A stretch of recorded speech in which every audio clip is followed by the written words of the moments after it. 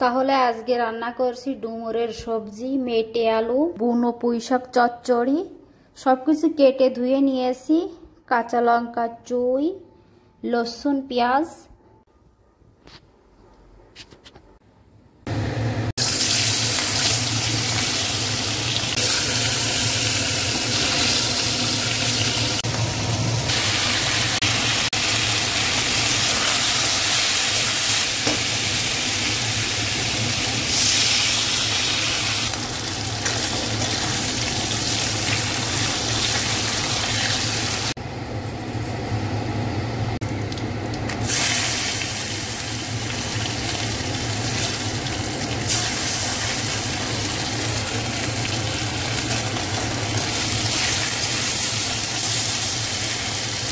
ডুমুরগুলো পাকা হওয়ার কারণে শিলপাটার উপরে দিয়ে একটু ছেঁচে নিলাম।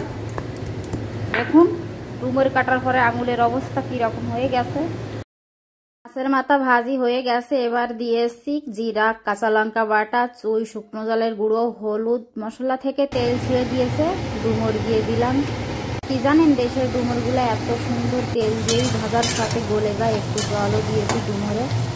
আজকে রান্না করেছি মেটে আলু সবজি মাছ দিয়া। এদিকে ভাতও হয়ে গেছে। রান্না করেছে ডুমুরির ঘন্ট, বুনো পুঁইশাক চচ্চড়ি। রান্না তৈরি হয়ে গেছে। এবার একটু নাড়িয়ে চাড়িয়ে নামিয়ে নেব। কাল থেকে নবরাত্রি শুরু, এক সপ্তাহ নিরামিষ চলবে। সকলকে নবরাত্রির শুভকামনা রইল। যে যেখানে আছেন সকলকে ভিডিওগুলো দেখার জন্য অসংখ্য ধন্যবাদ। খাবার তৈরি খাওয়ার জন্যে